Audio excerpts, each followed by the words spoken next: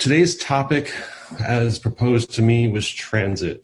And I spend my days thinking about transit, but transit from the broader sense, not just, thinking about bicycling or how our buses and trains work, but how are we creating mobility in our communities? How are we getting people to move around? As a director at Go Bike, our vision is a happy, healthy, and connected city where every person is able to get safely and easily where they need and want to go, no matter how they choose to get there. So we believe everyone has a right to feel comfortable and safe from traffic violence in the neighborhood, especially when 30% of families in Buffalo neighborhoods don't have access to a car. And without streets that support walking, cycling, and taking transit, many remain parks, supermarkets, doctors, families, and friends. So this work matters to me, and I've been fortunate to turn a passion into a job. I feel like most of my days are spent not only managing a nonprofit organization, but doing transportation planning. However, from an educational standpoint, my background is in public health. And early on, I recognized that encouraging people to take an escalator to go hop on a Stairmaster was not building community health. And so I started reflecting upon, my experience growing up. I grew up in Brooklyn, Bay Ridge, specifically, and have really fond memories of spending time with my grandparents and, going out with my grandfather on the weekend mornings and stopping at 3 different stores to pick up the groceries for breakfast and for dinner. And my grandfather knowing everybody, he was the mayor on the block, and talking to everybody in that circle and interacting with people on a regular basis. And then as I got older, my bicycle became my freedom, my ability to get away from my parents and go visit friends and go on grand adventures and explore my neighborhood and city and the community I was living in. Yet I feel as though my experiences were unique. In the United States, the majority of the trips that we take are 1 mile or less. And most of those trips are taken in a car driven by yourself. And so with my background in public health, we started taking a look at this. And very early on, we received a grant from the Robert Wood Johnson Foundation called Active Living by Design. And how are we designing our environments that helps facilitate physical activity as part of our daily routines, particularly when the Surgeon General and CDC recommendations provide general guidelines on physical activity just to maintain basic health, being that people should get and adults particularly, should get 30 minutes of activity a day. And think about 30 minutes. That could be, it doesn't need to be done all at once, but a 15-minute walk is about 1 mile. And if the majority of our trips in the United States are within 1 mile, why aren't we walking for those trips more often? So I started thinking about how do we change this paradigm? And why would we change this paradigm? It's so convenient to just hop in your car and drive around the corner. But when you start looking about what cities have done around the country and around the world, we know that our built environment has a significant impact on a number of different things that we are all concerned about. One is climate change. Transportation and personal transportation use is the #1 cause of greenhouse gas emissions, not only here in Erie County, but in New York State and around the country. And so how are we getting people to drive less and supporting them in their daily routines? Economic vibrancy. Cities, actually, there's a really great study done in a journal called CEO for Cities about Portland, Oregon, which is considered one of the most bicycle-friendly cities in the United States. But they also have a very robust transit system. It's very incredibly walkable. They have very small block lengths to really help facilitate that. You have lots of destinations in close proximity. They were able to demonstrate that people in Portland, Oregon drive 4 miles less than people living in an average metro area. And because of that, put $2.1 billion back into local economy. And that's part of the reason why they have the most microbreweries per capita. So it's about, putting money back into people's pockets. It's also about equity. And most people don't recognize this, but it costs on average about $8,500 a year, according to AAA, to own and operate a vehicle. And if you're only making about $30,000 a year, that's a significant portion of your household income that could certainly be spent much better to support your family and the needs that you have on a daily basis. And so we think about how do we develop our communities? How do we build a better built environment? It's all about building quality of life. Our cities were developed, and look at New York State alone. From Buffalo to Albany, each city is roughly equidistant apart because that's how far the horses could pull the barges along the Erie Canal. Now we're in a global economy. Where we live on our waterways and some of these transportation corridors no longer matters. And particularly now that we're all working from home, that even matters a little bit less. So when we think about quality of life being the currency of the future, we think about building communities in which provide people, opportunities to get to their day-to-day destinations without having to jump in the car. This quality of life is what's attracting people to move to cities, to move into communities, and to live a healthy and wonderful life. And it's incredibly important. At Go Bike, we've been working to change the policy and process and how we design and build our streets, which in many cities represents about 20% of the land in public control outside of our parks and other spaces, and build partnerships and collaborations, specifically thinking about, how are the folks in the public health realm talking to our traffic engineers, talking to the preservationists, talking to local artists, and engaging everybody to design our communities in building equitable mobility, so that everyone has the ability to move throughout freely in their communities without fear. So it is clear that the ability to participate in our society, in our communities, and benefit from the opportunities here in Western New York is fundamental to improving outcomes for individuals, neighborhoods, and the city. However, our transportation and mobility system is currently built on an exclusionary framework that, when coupled with regional segregation, has tremendous race and class implications, especially when you look at our expressways that cut off our city from our water, cut Delaware Park in half, and destroyed Humboldt Parkway, dividing the east side and disproportionately burdening the families there with negative health consequences of poor air quality to make it easier for people to drive in and out of the city every day. There's signs of hope, though, and it's really exciting to see New York State as a whole leading an effort to really rethink some of our legacy infrastructure. Here in Buffalo, there's movement afoot to rethink the Scotiabank Expressway and the Kensington Expressway. There's an effort by our congressman to remove the Skyway and create more opportunities downtown. In Niagara Falls, Robert Moses Parkway is in the process of being removed, reconnecting that entire city to the Niagara Gorge and one of the greatest wonders of the world. And the city of Rochester has removed a portion of their Inner Loop Expressway, reconnecting their neighborhoods and taking land that was currently undervalued or had no value and putting that back on the tax rolls, creating more access for people and more opportunities in those neighborhoods. We also see efforts happening in Syracuse to take down I-81 that cuts through the center of that city and the impact that has had there. We are seeing talks about in Albany around 787, how it cuts off Albany from the waterfront, as well as down in New York City in the Sheridan Expressway in the Bronx, and connecting people back down to the waterfront there. So, there is movement in our communities to really change the outcomes and recognizing the mistakes that we made, dismantling some of these great neighborhoods that we had. But the challenge that we come against over and over again is the way that we've been designing our streets, designing our expressways, is following the same framework when President Eisenhower passed the first federal transportation bill to build our expressway system. It is focused on a single metric, level of service. Level of service, if you don't know, is our subjective measure of how much congestion we're willing to tolerate at a given intersection between 4 to 6 p.m. on a weekday afternoon, so peak travel time. The goal from traffic engineers is always to maintain a level of service of A. And sometimes the reduction from saying A to a B can be seconds. However, the goal being is less cars idling at an intersection, less cars that are putting out bad air quality, right? It seems like a good metric to have in place.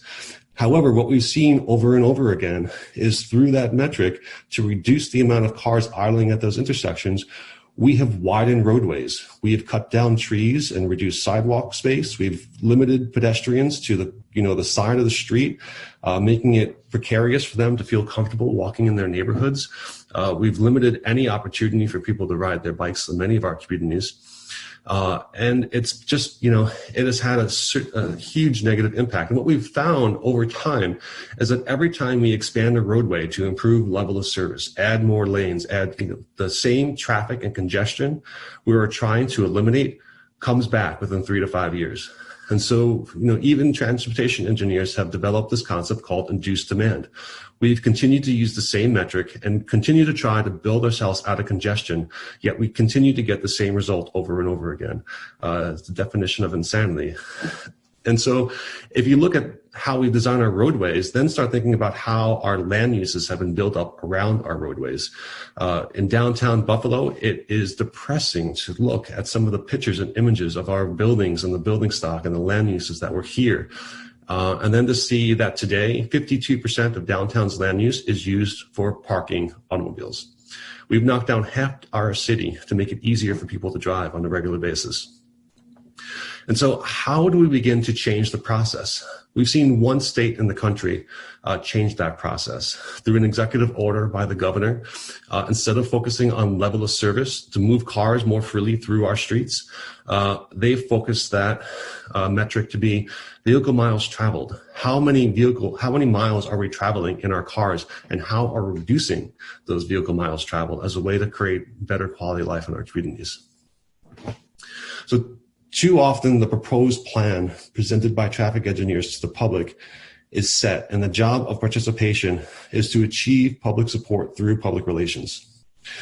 They've typically in the past just checked the box.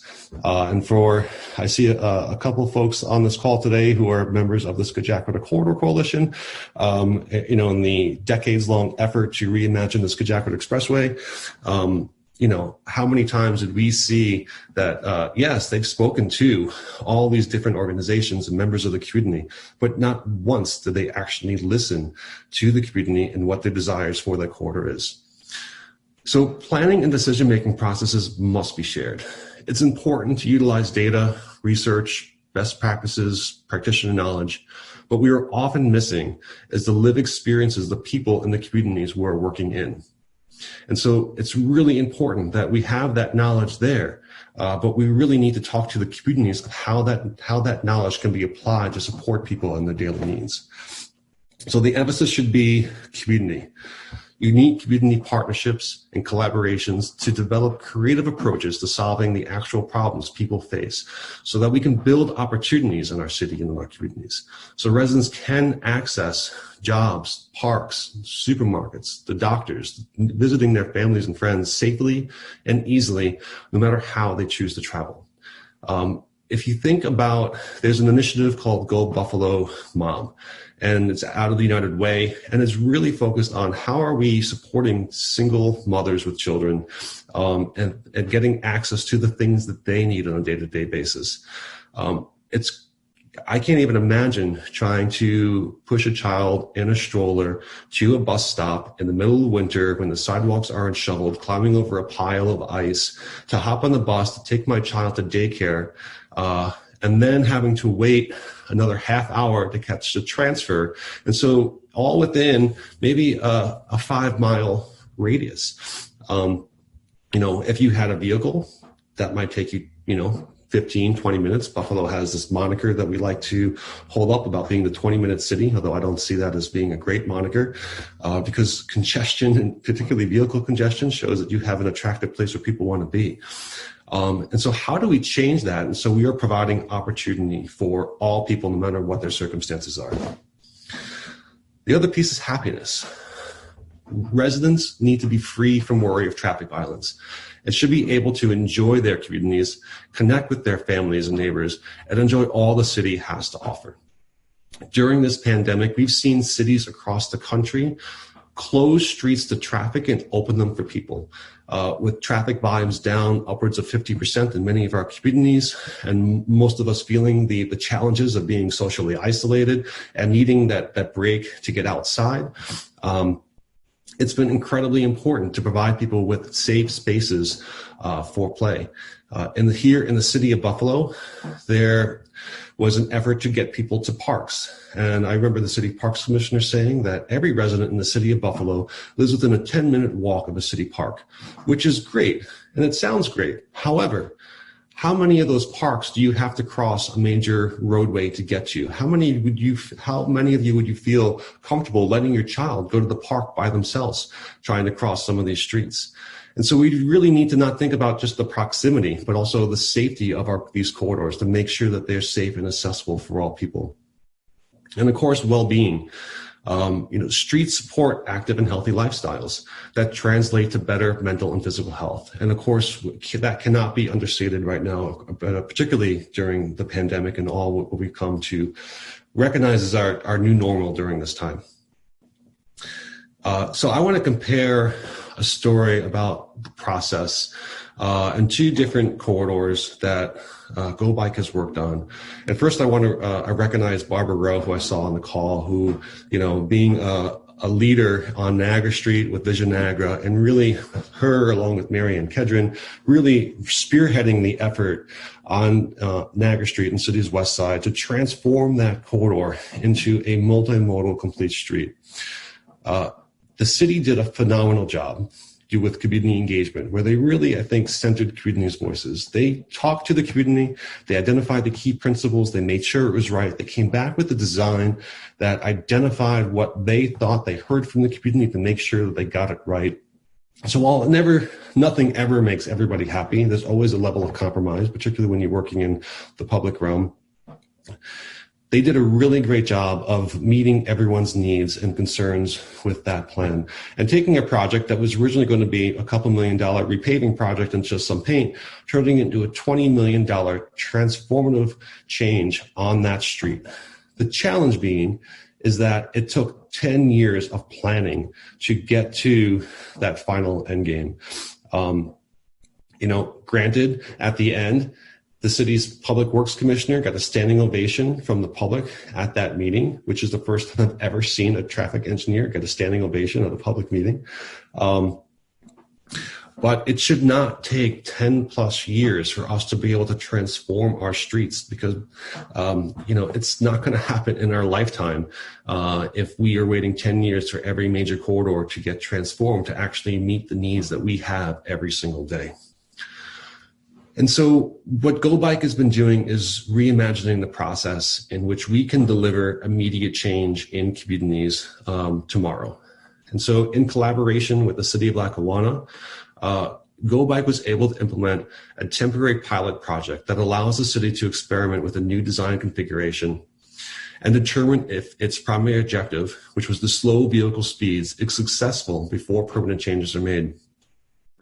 The new protected bicycle lanes and needed connectivity for residents to access the business district, Olmsted's South Park, the Basilica, and the Botanical Gardens, while developing a network for the existing Shoreline Trail and Empire State Trail, and will be the first mile of the future Southern Tier Trail, an 80-mile greenway connecting Buffalo through Lackawanna down to the Seneca Nation and across the Southern Tier to the Genesee Valley Greenway back up to Rochester again. This project took us $50,000, a handful of volunteers, and about 3 weeks to implement in collaboration with the city. And it's going to have, and it has already had the same impact that the transformation of Niagara Street will have, but at a fraction of the cost and at a fraction of the time. And so this has been our process. And, while Ridge Road has been, I think, a highlight and the largest project we've done to date at over 1.5 miles long, we've been doing a number of these projects. One of the first projects we did in the city of Buffalo was on Fillmore Avenue. If anyone's familiar with Fillmore Avenue, you have MLK Park, I think is the middle point. South of MLK Park, it was a very wide street, but the city repaved and put in bike lanes to calm traffic because there was excess capacity on that roadway. Lots of width and space, and didn't need multiple lanes there.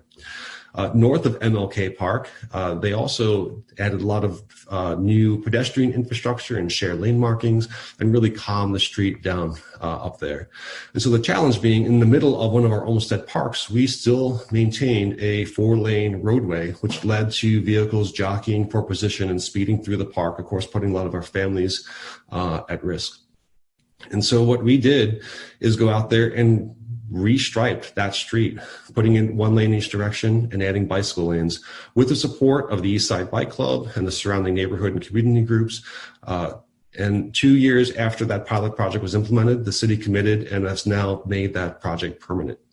And so how are we using these temporary pilot projects to make these immediate changes to support those long-term investments? So many times when we talk about adding better bicycle and pedestrian infrastructure, the number one response and concern that we get is how it's going to have an impact on traffic. And going back to our Ridge Road project in Lackawanna, that's been the number one complaint. It's messing up traffic. And it's like, well, from a certain perspective, it's supposed to. The goal is to slow down vehicle speeds. That is what we focused, and that was what we tried to accomplish. And so if that's their complaint, it's working. We've done a number of these projects, and Niagara Falls is another place where we're excited to do this work. And it started with the Niagara Street Elementary School up there, working with the parents groups. The parents wanted their kids who walk to school to be able to safely cross the street. With support of Mayor Deister, the former mayor up there at the time, as well as the school principal and the superintendent, Mark Laurie, we were able to do a workshop there and talked about how do we make it safer for the kids to walk to school. And one of the immediate things that we identified was there's a number of crosswalks that have not been in existence for a number of years. And so we partnered with their community development office, their public works office, their police department, and we're able to work with the parents and the art teachers to develop a number of opportunities for the kids to get out there on the street and actually paint the crosswalks. And so the art classes at Niagara Street Elementary School painted all these fresh crosswalks across the corridor. And really made an attractive space, really focusing on their community and using the art as a way to highlight some of the things that they wanted to see. What was exciting about that project is that once we did that one school, every other elementary school reached out to us and said, can we do the same? And so which turned to every single elementary school reaching, now having public art crosswalks in the city of Niagara Falls. And so we are continuing to implement these projects. And it's important to think about how do we bring in different partners and develop these collaborations, and thinking outside of the box of how we get this work done. One of the early things that we did with Go Bike was install bicycle racks. And if you've ever, been around Buffalo and you see these, upside down U's that are blue with a little bicycle head or buffalo head and bicycle, that was work that we started with the city over 10 years ago. And it started actually by a community complaint. The city of Buffalo was taking out all the old parking meters on Elmwood Avenue and putting in the pay and display. And without us doing anything at all, the community went back to the city and said, where are we supposed to park our bikes if you take out all these pay and display machines? Bicycling becomes basically, you can't ride a bike unless you have a safe place to park your bicycle. Just like we need parking spots for cars, you need parking spots for your bicycles as well. And so we offered the city an opportunity. Let's develop a program where businesses can request bicycle racks from the city. And we partnered with Flying Bison. Their head brewer and founder, Tim Herzog, is to this day a Go Bike board member. And we developed a beer called Rusty Chain. So for about a year of my life, I started peddling Rusty Chain to bars and restaurants around Western New York, which was actually a lot of fun. But we were able to raise enough money through sales of Rusty Chain to install 25 bicycle racks. And so, with money for 25 bike racks to be fabricated and installed, we partnered with the mayor. We did a little press event and said businesses can request bike racks. I kind of had a feeling that it was going to be more than the 25 bike racks that we had allocated, but we had over 400 requests come in for bike racks around the city. And to this day, the city has now installed over 600 bicycle racks, all through people putting requests into them to make it happen. So again, instead of us just going out there and willy-nilly installing racks anywhere that we thought was appropriate, is really coming from the community and centering the community and business needs to provide more parking and bicycle parking specifically. So I think it's important to kind of bring this back to what we've seen as a result of the pandemic. And, I think it's important to recognize that walking and riding a bicycle can be a path of liberation, adventure, and healing in our communities. It's not only a form of recreation, but also of active transportation, particularly when so many of our essential workers rely on public transit, and we're seeing significant reductions, up to a 25% reduction in transit service in Buffalo because of the pandemic and the impact that it's been having on closed spaces. And so with that, the data is limited, but the data that we do have has shown that there's been a 3,000% increase in cycling in Western New York for people not only to get out there to get to work, but also for their mental and physical health. And we've also seen a 500% increase in pedestrian activity. So many people are turning to the bicycle, specifically to our trails, greenways, in response to the pandemic. And I think it's really important for everyone to think about how important these spaces have been for you, and make sure that you let your elected representatives know, because that's the only way that we can be successful in making more of these things happen. And so as we think about the future and the post-pandemic recovery, many cities are putting essentials within close walking or biking distance, with a promise of equitable access to jobs and services for all, in order to rebuild areas economically hard hit by the pandemic. So because everyone should be able to meet their shopping, work, recreational, and cultural needs within a 15-minute walk or bike ride, as a way to rebuild and restore, while protecting lives, improving health, and providing opportunity, and reducing the impact of climate change. So this is what Go Bike has been about, and this is what we've been doing: changing the process to recenter communities' voices, and working on ways that we can deliver these projects effectively and creatively and immediately to change people's lives tomorrow. So thank you.